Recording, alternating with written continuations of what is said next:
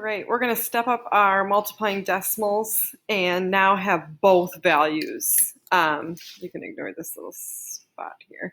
And have both numbers have decimals. So I'm going to talk you through with this problem. We have 3.8 times 0.4. And for this problem, we can deal with it the same way we were doing it when it was a whole number and a decimal. And I can just not pay attention to the decimals to start and do 38 times 4. So currently it's just like we did before. So I'm going to go through and multiply, not even thinking about decimals, and we'll find where it needs to go at the end. So we have 4 times 8 is 32. 4 times 3 is 12. 13, 14, 15. 152 is way too big of an answer for a small number like 3-ish to be multiplied by a number less than 1. So before, we only had to look at the number that had the decimal and count. Well, this number has 1 decimal place. This number has 1 decimal places. That means I have to put 2 total back into my answer because there was 1 decimal place here and 1 decimal place there. So 1, 2, an answer of 1.52. So it's nothing very new from last time. We just now have to look at both numbers to count decimal places to figure out where it should go into my answer.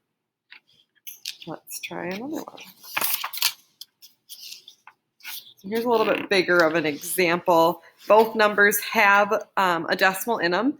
We can also think about what we learned about the 0 out front, how we don't have to actually include that in our multiplication. It doesn't change our value. So 42 and a 3. So we're going to call it 423 for right now, and we'll think about that decimal place later. And we'll think of this one as 5. And 5 times 3 is 15. Carry your 1 up. 5 times 2 is 10. Plus 1 more is 11. 5 times 4, 5 times 2, we got 10, and 1 more was 11. So I needed to bring that other 1 up. 5 times 4 is 20, and 1 more is 21. So 2,115 would be way too big of an answer. There was 1 decimal place in the 42.3, 1 decimal place value in the 0.5. That means I need to work my way in 1, 2 places to get my solution of 21.15.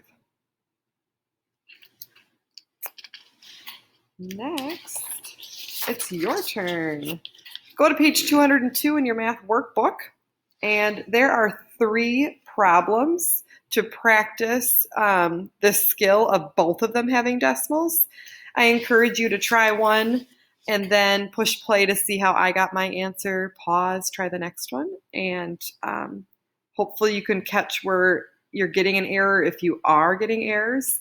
If not, make sure that when we see each other again, we go over some problems together. So if you want to pause and try A, I'm going to start my solving.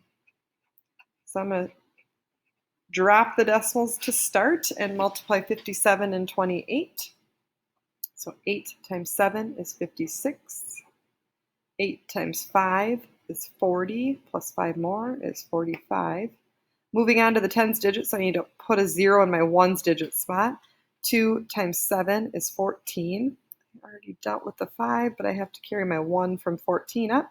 2 times 5 is 10, and 1 more is 11.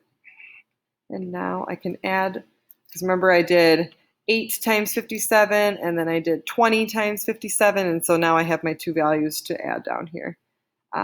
6, 9, 5, 1. And I have to find my decimal place because that answer is way too big right now. 1, 2, 1, 2, 15.96. Box my answer. I'm going to move on to B if you wanted to stop and try it yourself. 412 times 5. 5 times 2 is 10. Carry the 1. 5 times 1 is 5. 1 more is 6. 5 times 4 is 20. Oh, lots of decimal places here. 1, 2 in the first problem. 1, 2 in the second. So it's a total of 4. I need to work my way back in. 1, 2, 3, 4.